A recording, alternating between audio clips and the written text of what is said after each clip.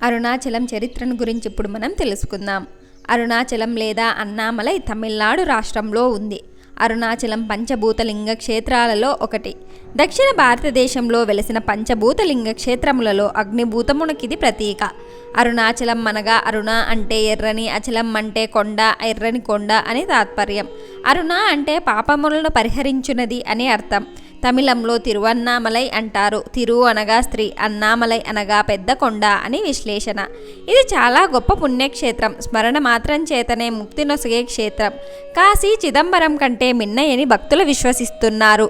అరుణాచలం వేద పురాణాలలో కొనియాడిన క్షేత్రం.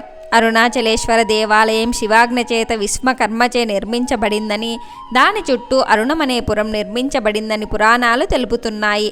అక్కడ జరగవలసిన పూజా విధానమంతా గౌతమ మహర్షి శివాజ్ఞ చేత ఏర్పాటు చేశారని స్కంద పురాంతర్గమైన అరుణాచలేశ్వర మహత్యంలో తెలుపుతుంది. ఈ కొండ శివుడని పురాణాలు తెలుపుచుండడం చేత ఈ కొండకు తూర్పున గల అరుణాచలేశ్వర ఆలయం కంటే ఈ కొండకే ఎక్కువ ప్రాధాన్యం ఇయ్యబడుతుంది. ఇది జ్యోతిర్లింగమని చెప్పుకోబడుతున్నది. ఇది తేజోలింగం గనక అగ్నిక్షేత్రం అంటారు. ఈ అరుణాచలం పరమేశ్వరుని జ్యోతిర్లింగ స్వరూపం కావడం వలన దీని చుట్టూ ప్రదక్షిణ చేయడం సాక్షాత్తు శివునికి ప్రదక్షిణ అని భక్తుల విశ్వాసం. రమణ మహర్షి దీని ప్రాముఖ్యాన్ని పదే పదే చెప్పారు. పాదాచారులై శివస్మరణ చేస్తూ ప్రదక్షిణ చేసేవారికి మహాపుణ్యం సిద్ధిస్తుందని మహాత్ముల వచనం. అందుచేత నిత్యం అన్ని వేళలా ఎంతోమంది గిరి ప్రదక్షిణ చేస్తూ ఉంటారు. గిరిపైన గల మహాఔషధమైన ప్రభావం వల్ల శరీరానికి, శివస్మరణ వల్ల మనస్సుకు, శివానుగ్రహం వల్ల ఆధ్యాత్మిక జీవనానికి స్వస్థత చేకూరుతుందని భక్తుల నమ్మకం. గిరి ప్రదక్షిణ చాలా వరకు తారు రోడ్డుపైనే జరుగుతుంది.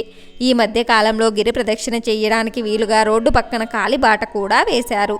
ఎక్కువ మంది ఉదయం సూర్యతాపాన్ని తట్టుకోవడం కష్టం కనుక రాత్రిపూట లేదా తెల్లవారుజామున చేస్తారు. రమణాశ్రమానికి 2 కిలోమీటర్ల దూరం వెళ్ళిన తర్వాత కుడివైపుకు తిరిగి రోడ్డుకు మధ్యలో వినాయకుడి గుడి వస్తుంది.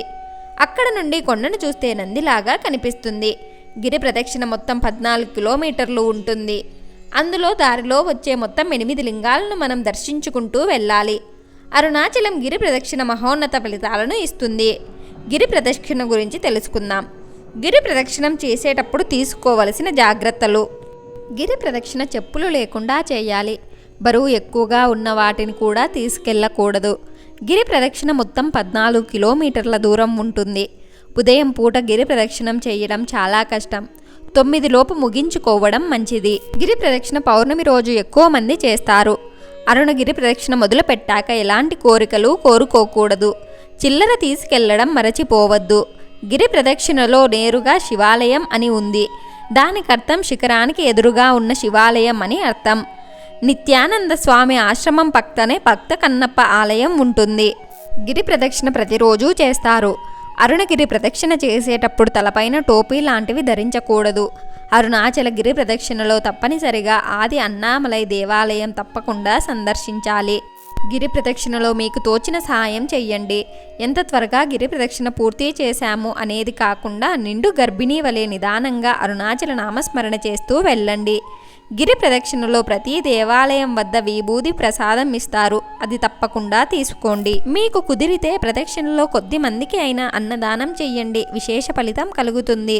అరుణాచలంలో గిరి ప్రదక్షిణ మొదలు పెట్టడానికి ముందు తప్పనిసరిగా రాజగోపురం ముందు ఒక దీపం పెట్టి మనసులో స్వామి నాకు ఏది ఇస్తే నేను ఆనందంగా ఉంటానో అదే నాకు ఇవ్వండి అని కోరుకోవాలి. గిరి ప్రదక్షిణలో మీతో పాటు కొంచెం చిల్లర పెట్టుకొని వెళ్ళండి. సాధువులు ఎంతోమంది ఆ ప్రదక్షిణలో ఉంటారు కాబట్టి వారికి తోచిన సాయం చేయండి.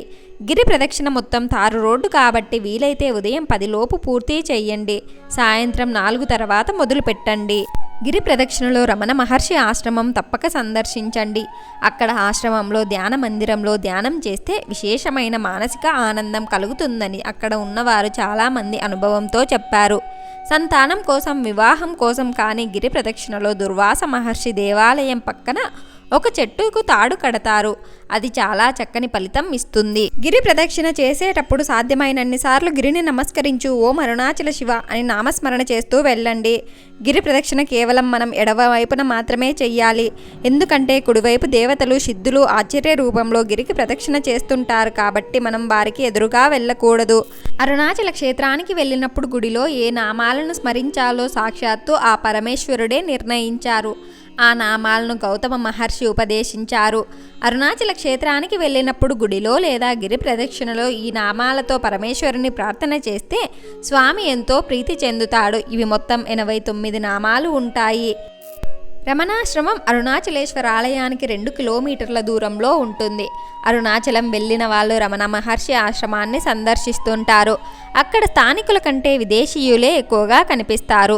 సాయంత్రం సమయంలో రమణాశ్రమంలో చేసే ప్రార్థన చాలా బాగుంటుంది. రమణాశ్రమంలో రమణుల సమాధిని మనం చూడవచ్చు. రమణాశ్రమంలో కోతులు ఎక్కువగా కనిపిస్తాయి. నెమళ్ళు కూడా స్వేచ్ఛగా తిరుగుతుంటాయి. రమణాశ్రమంలో ఇంకా లక్ష్మీదేవి సమాధి, కాకి సమాధి, శునకం సమాధిని కూడా చూడవచ్చు. ఇవన్నీ వరుసగా ఉంటాయి. అక్కడ గ్రంథాలయంలో రమణుల గురించి పుస్తకాలు లభిస్తాయి.